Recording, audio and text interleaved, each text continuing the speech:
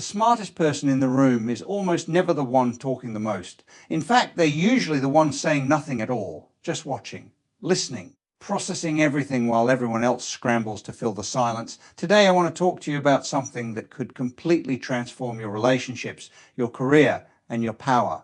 Silence. Not awkward silence, not passive silence, strategic, intelligent, powerful silence. Here's what most people don't understand. Every word you speak is a card you're showing. And the masters, they keep their hand hidden until the perfect moment. What you're about to learn will change how you communicate forever. Early in my career studying body language, I made an embarrassing mistake. I talked too much. In meetings, I'd jump in with every thought. In negotiations, I'd fill every pause. I thought speaking showed confidence, showed intelligence. I was dead wrong. The turning point came when I watched a master negotiator work. He barely said anything for the first hour, just listened, nodded occasionally, let others talk themselves into corners. And when he finally spoke, just a few sentences, he closed the entire deal. I realized something that changed everything. I'd been playing checkers while he was playing chess.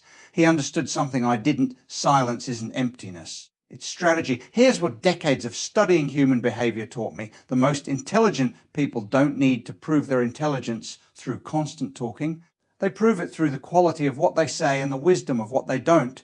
Most people are terrified of silence. They fill every gap with noise. But the masters, they weaponize the pause. They let silence do the heavy lifting. Let me show you why silence is the secret language of truly intelligent people and how to master it yourself. Here's something I want you to think about. When was the last time you sat in a conversation and just listened, really listened, without planning your response, without waiting for your turn to speak, without that anxious feeling that you need to contribute something? If you're like most people, you can't remember. Because most people don't listen. They just wait to talk. And look, I get it. We live in a world that rewards noise. Social media taught us that whoever posts the most wins.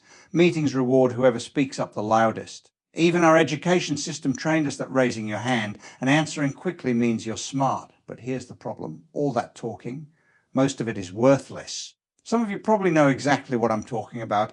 You've sat in meetings where people talk for an hour and say absolutely nothing. You've had conversations where the other person is clearly just performing. You've watched people ramble on, desperately trying to sound intelligent while actually revealing how little they understand. And here's the uncomfortable truth. You've probably done it too. I know I have. There was a period in my life where I couldn't stand silence. It made me anxious, uncomfortable, like something was wrong. So I filled every gap, every pause, every moment of quiet became an opportunity to say something, anything just to avoid that discomfort. I know how this feels because I lived it. That compulsion to speak, that fear that if you're quiet, people will think you have nothing to offer, that desperate need to prove you belong in the room. But here's what I eventually learned. Every unnecessary word you speak weakens your position. Every thought you verbalize before it's fully formed shows your hand too early. Every silence you fill out of anxiety is a missed opportunity for power. Let me tell you what happens when you can't stop talking. First, you reveal too much. In negotiations, in relationships, in business, information is leverage. When you talk constantly, you're giving away your position, your fears, your desires, your weaknesses, all of it for free, while the other person just sits there collecting data. Second, you stop learning. You can't listen while you're talking. It's physically impossible, which means every moment you spend speaking is a moment you're not gathering information, not understanding the other person, not learning what you need to know. Third, you diminish your impact. This is the big one. Words are like currency. The more you spend, the less each one is worth. When you talk constantly, people stop listening. Your words become background noise. But when you speak rarely, when you choose your moments carefully, suddenly every word carries weight. I've watched this play out thousands of times. The person who talks the most in the room is almost never the most respected. They're usually the most ignored. Meanwhile, the quiet one in the corner who speaks up once with something profound, everyone remembers what they said. Some of you are nodding right now because you've seen this pattern. You've watched loud people get overlooked while quiet people get promoted. You've noticed that the most powerful people in any organization often say the least. It's not a coincidence. The world is drowning in noise. Everyone's talking, everyone's posting, everyone's sharing their opinions on everything. And in all that chaos, silence has become rare, valuable, powerful. The question is, are you adding to the gnaw or are you mastering the pause? Now, I want to challenge a belief you've probably held your whole life. You've been taught that speaking up is confidence, that contributing verbally proves your value, that silence is passive, maybe even weak. This is completely backwards. Here's what I've learned from decades of studying human behavior. True confidence doesn't need constant expression. It doesn't need to prove itself through volume. True confidence can sit comfortably in silence without feeling threatened. Think about this. Who's more confident, the person frantically explaining themselves or the person who says nothing and lets their work speak? Who has more power, the one desperate to fill every pause or the one completely comfortable with stillness?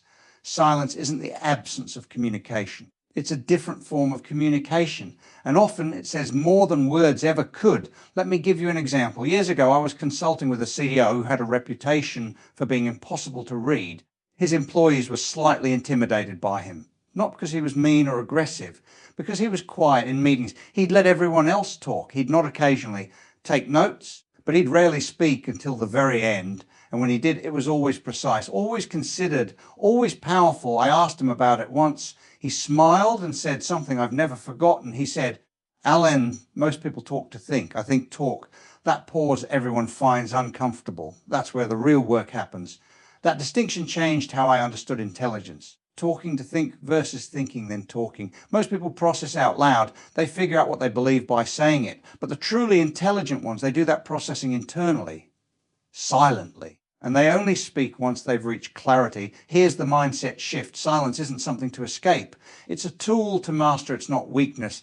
It's strategic patience. It's not having nothing to say. It's choosing not to say it. Some of you might be thinking, but Allan, if I don't speak up, when people think I have nothing to contribute, won't I be overlooked? Let me address that directly. There's a difference between being silent because you have nothing to say and being silent because you're choosing your moment. The energy is completely different. And people can feel it. When someone is quiet because they're intimidated or empty, you can sense it. They seem small, withdrawn, diminished. But when someone is quiet because they're observing, processing, waiting for the right moment, that's magnetic, that's powerful. That creates presence without saying a word. I struggled with this shift myself. I used to believe my value came from my contributions, from being seen as the expert in the room, from always having something smart to say. My turning point came when I realized something uncomfortable. Half the things I said weren't worth saying. I was talking to fill space, to prove myself, to manage my own anxiety, and it was actually diminishing my impact, not increasing it. When I started practicing strategic silence, when I forced myself to pause before speaking, to question whether my contribution was actually necessary, everything changed. People started leaning in more when I spoke. My words carried more weight. My presence in rooms became stronger, even though I was saying less. Here's the truth. You don't build influence by speaking the most. You build it by making your words matter. And the only way to make your words matter is to use fewer of them. The masters understand this. They know that every word is a choice, and choosing not to speak is just as powerful as choosing to speak. All right, let's get practical, because understanding silence conceptually is one thing. Actually, implementing it in your life is another challenge entirely. First, practice the two. Second rule, before you speak in any conversation, pause for 2 full seconds. That's it. Just 2 seconds. It sounds simple, but it's remarkably difficult when you're not used to it. Those 2 seconds do something powerful. They give you time to evaluate whether what you're about to say is actually worth saying. They signal to others that you're thoughtful, not reactive. And they break the habit of impulsive speaking. I've taught this technique to executives, salespeople, negotiators, all kinds of people. And the feedback is always the same. Those 2 seconds transform conversations. They change how people perceive you almost immediately. Try it this week. In your next meeting, your next important conversation, your next negotiation, pause for 2 seconds before every response. Notice how it feels. Notice how others react. Second, master the power of the reflective pause. When someone says something important, don't respond immediately. Let their words hang in the air, nod slowly. Maybe say, "That's interesting. Let me think about that." This does several things. It shows you're actually processing what they said, not just waiting to respond. It creates slight discomfort that often leads them to say more, revealing additional information, and it positions you as thoughtful rather than reactive. I've used this technique in hundreds of interviews and negotiations. You'd be amazed how much more information people volunteer when you simply don't rush to fill the silence after they speak. They get uncomfortable, they clarify, they elaborate.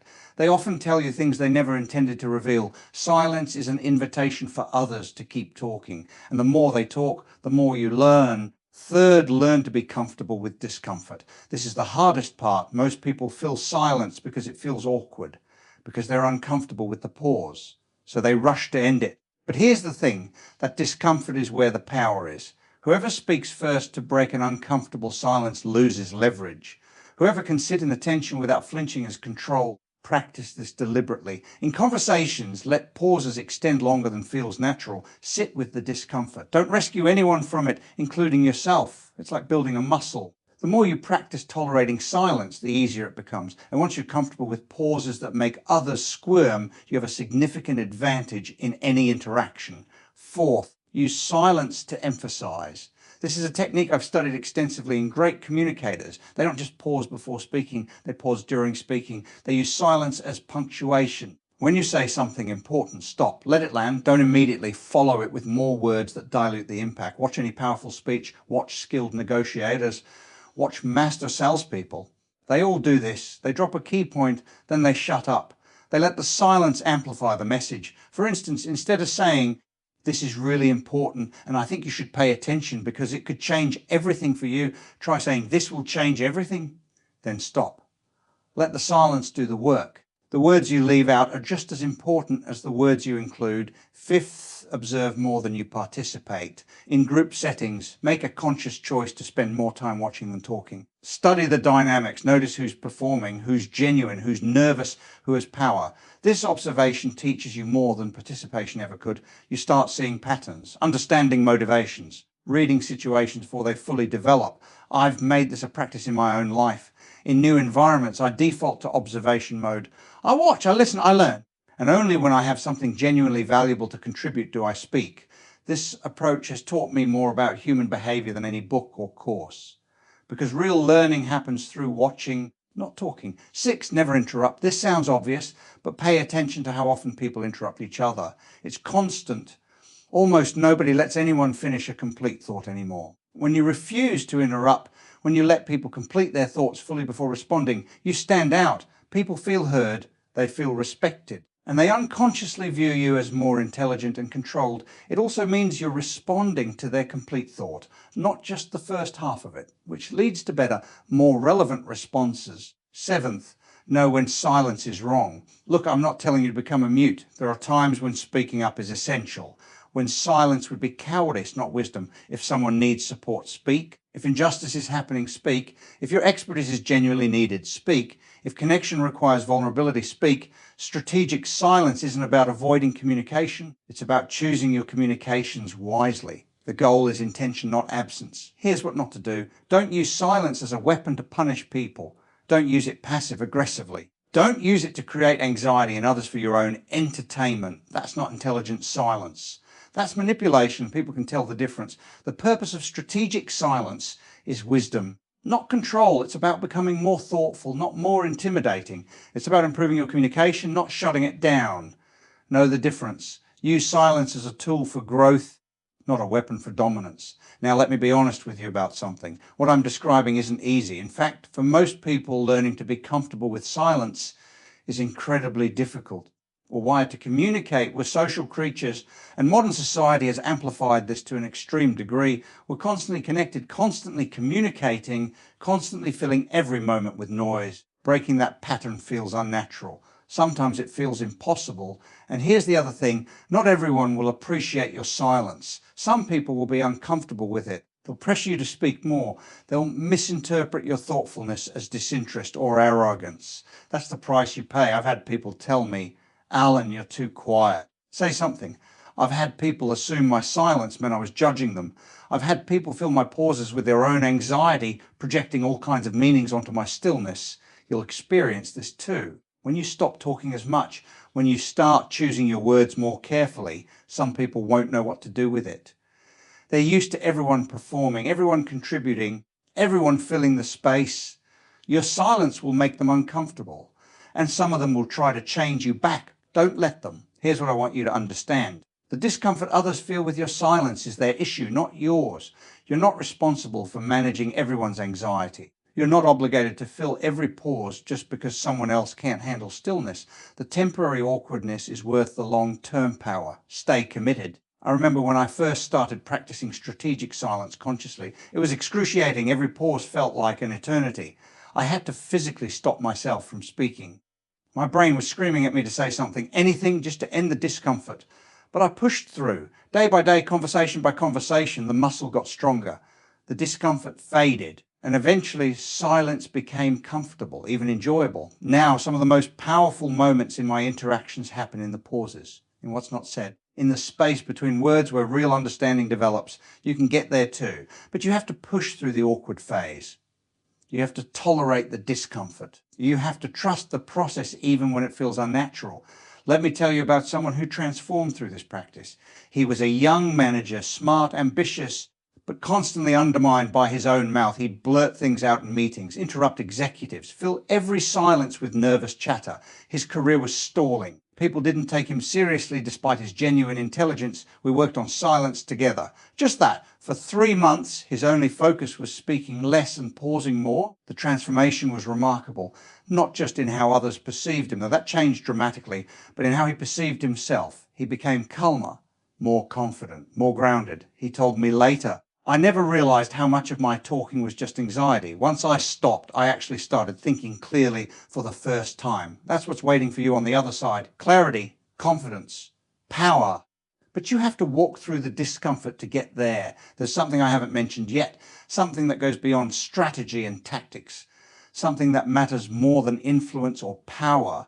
Silence isn't just a communication tool, it's a pathway to self-knowledge. Here's what I mean. When you stop talking, you start hearing, not just others, yourself, your own thoughts, your own feelings, your own wisdom that gets drowned out by constant noise.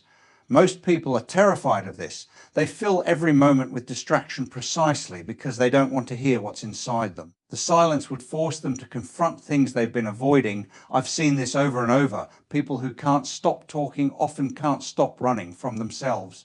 The noise isn't just external habit, it's internal protection, a way to stay distracted from thoughts and feelings they don't want to face. When you develop comfort with silence, you develop comfort with yourself, all of yourself, including the parts you've been avoiding. This is why meditation traditions across every culture emphasize stillness, why the wisest philosophers all pointed to quiet contemplation, why every spiritual path includes some form of silence. It's not just strategy, it's self-discovery. The most intelligent people are silent often because they have a rich inner world. They're comfortable in their own company. They don't need external stimulation or validation to feel okay. They can sit with their thoughts without anxiety. This is a different kind of intelligence than we usually celebrate, not verbal cleverness or quick wit, though those have their place, but something deeper, the intelligence of knowing yourself, of being present, of not needing to perform your existence for others. When you practice silence externally, something shifts internally. You become more comfortable with uncertainty, more tolerant of not knowing, more patient with the process of understanding. You stop needing to have an opinion on everything, stop needing to respond to everything, stop needing to prove yourself constantly. And from that place of stillness, something remarkable emerges. Genuine wisdom, not borrowed ideas or rehearsed opinions, but real insight that comes from actually thinking deeply, quietly, honestly. This is what the masters have always known. Silence isn't just about what you don't say to others. It's about what you finally hear from yourself. So here we are. You've learned why silence is powerful, how to practice it, what obstacles you'll face, and why it matters beyond just communication tactics.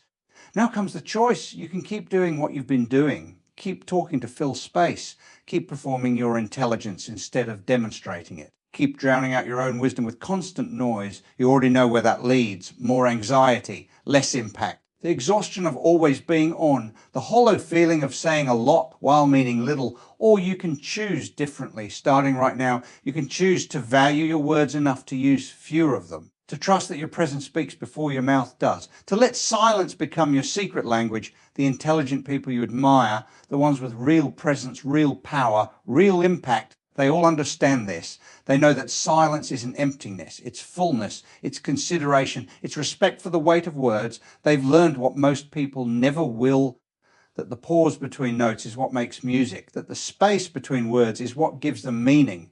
That silence isn't the absence of communication, it's its highest form. That's what's available to you, that power. that presence, that peace. But you have to practice.